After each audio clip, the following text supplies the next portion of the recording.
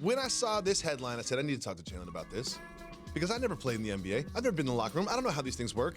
The Chicago Bulls, we told you yesterday, they were considering not practicing the Sunday after a back-to-back when they lost by 56 points. They ended up going to practice, having a players-only meeting and a team meeting. Now we have new information.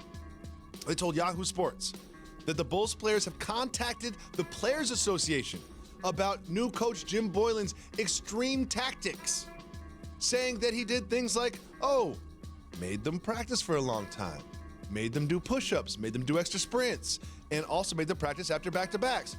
And he twice subbed out all 5 players at once. Is this a case of the Bulls players being soft or Jim Boylen not understanding how to motivate his team? Jim Boylen has been around the league for a really long time, and this is not a good look for the Bulls players because each cause has an effect. And when you get beat by 50-plus points, there's going to be a reaction. That's a good point. That's just how this goes. Don't get beat by 56. I don't care if it's after a back-to-back. I don't care if we play 5 games in 5 days. There's going to be a reaction from a guy who's now the interim that hopes to keep the job. They actually didn't even put the interim label on him. And so, correct, because there's no need to put it on him. Because if they go undefeated the rest of the year, he's going to be their coach. Be the coach, yeah. Okay, that's just how this works. And so, you can never look good as a performer when you're losing if you are trying to paint the picture that it's too difficult. The practice is too hard. The push-ups part I thought was weird. It's like, wait, made you do push-ups? Hey, man, let me tell you something. It's just what happens, okay? We lost a game in high school. We were undefeated.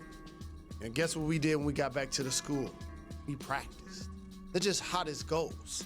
And so, again, it's unique for the Bulls when you look at their roster for a team that seems to be tanking, but the parts don't fit for one that should be. Lopez is a veteran. Levine has a big contract. They brought in Jabari on a big contract. Portis has been there under a different regime. Markkanen has shown terrific promise as a young player. Dunn was a lottery pick. So when you have these guys, you hope to be building towards something, not stop trying for Zion, which we see.